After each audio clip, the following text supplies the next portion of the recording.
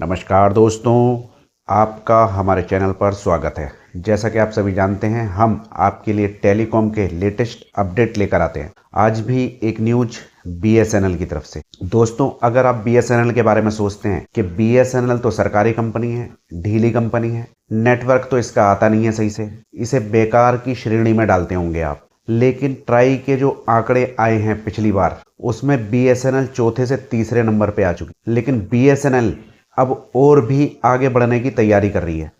ऐसा नहीं है कि बीएसएनएल यहीं रुक गया। बीएसएनएल देश के बड़े बड़े एयरपोर्ट पर अपनी सर्विस देने की तैयारी कर रही है और सीधी टक्कर देने जा रही है जियो और एयरटेल को। जैसा कि आप सभी जानते हैं, बीएसएनएल पहले भी ब्रॉडबैंड सर्विस वगैरह प्रोवाइड करवाती थी, लैंडलाइन फोन हुआ करते थे, तो इसके जो कस्टमर हुआ करते थे वो बड़े बड़े संस्थान हुआ करते थे, इंटरप्राइजेज, जो बड़ी बड़ी कंपनियां, सरकारी दफ्तर, एयरपोर्ट, रेलवे स्टेशन, स्कूल, जो ऐसे डिपार्टमेंट होते हैं सरकारी, उस पे बीएसएनएल की तगड़ी पकड़ हुआ करती थी किसी ज़माने में, क्योंकि लैंडलाइन फ़ोन हर जगह चाहिए होता था और ये एक रेजिडेंस प्रूफ के तौर पर भी काम आता था। अगर आपने टेलीफोन का बिल लगा दिया तो वो एक रेजिडेंस प्रूफ होता था, क्योंकि सरकारी डॉक्यूमेंट होता था। तो अब बीएसएनएल ने दोबारा से कमर कस ली है।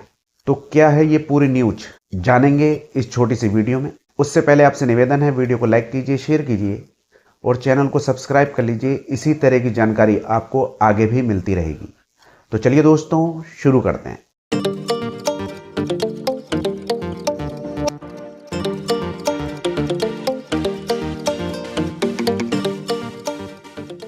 दोस्तों, बीएसएनएल अब केवल मोबाइल इंटरनेट पर सीमित नहीं रहना चाहती। बीएसएनएल अपने कदम इंटरप्राइजेज बिजनेस पर बढ़ा रही है, यानी कि बड़े बड़े संस्थान की तरफ, और उसी में शामिल है एयरपोर्ट। जो हमारे भारत के एयरपोर्ट हैं, यहाँ पर सबसे ज़्यादा इंटरनेट की खपत होती है और 24 घंटे इंटरनेट चाहिए ऐसी जगह पर, और वो भी हाई स्पीड। यानी अगर आपने वहाँ पे हल्का काम करा, कोई शिकायत आ गई, कोई भी बड़े हादसे हो सकते हैं।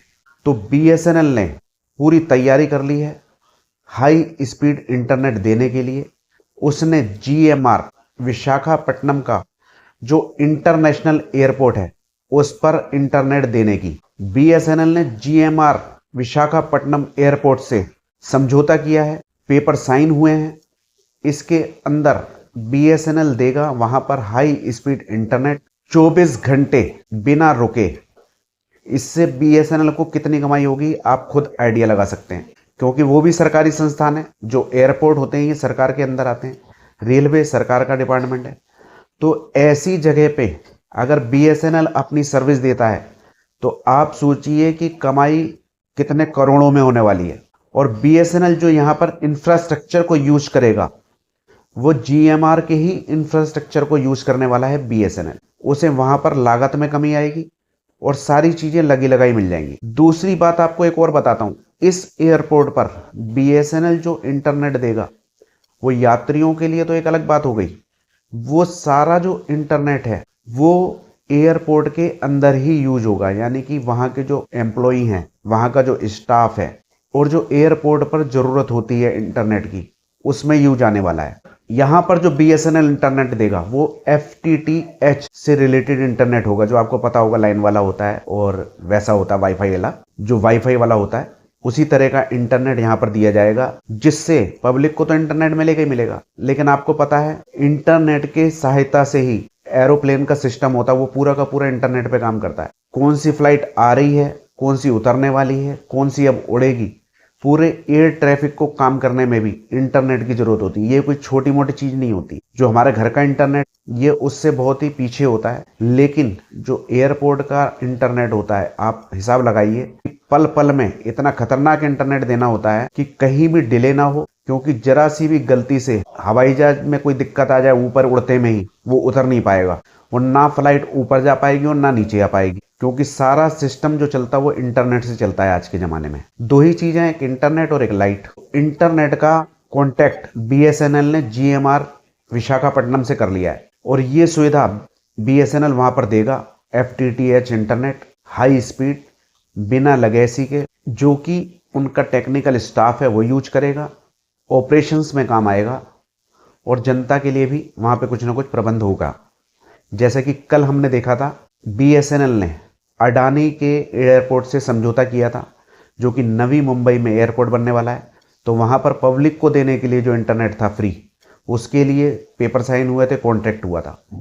तो यहाँ पर भी इस तरह की सुविधाएं होंगी। जितनी न्यूज में है वो मैं आपको बता रहा हूँ।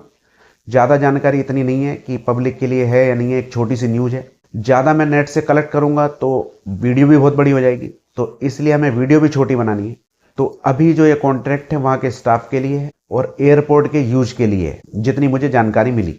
दोस्तों, ऐसा बताया जा रहा है कि इसके अंदर BSNL P2P और मल्टी लेवल स्विचिंग इस तरह के इंटरनेट पर काम कर रहा है, क्योंकि एयरपोर्ट का इंटरनेट आप जानते हैं सबसे संवेदनशील जगह होती है एयरपोर्ट।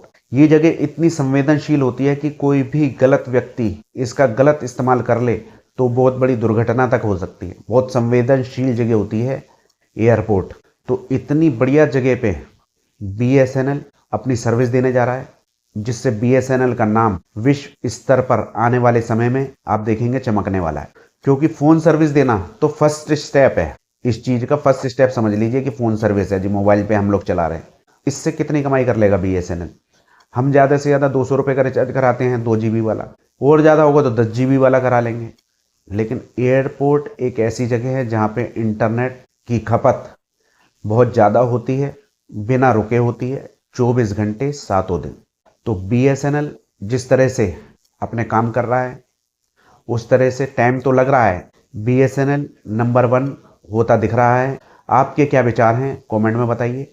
वीडियो अच्छी लगी हो लाइक कीजिए, शेयर कीजिए, और छोटी छोटी वीडियो में ज़्यादा जानकारी के लिए चैनल को सब्सक्राइब कर लीजिए। आज्ञा दीजिए, नमस्कार।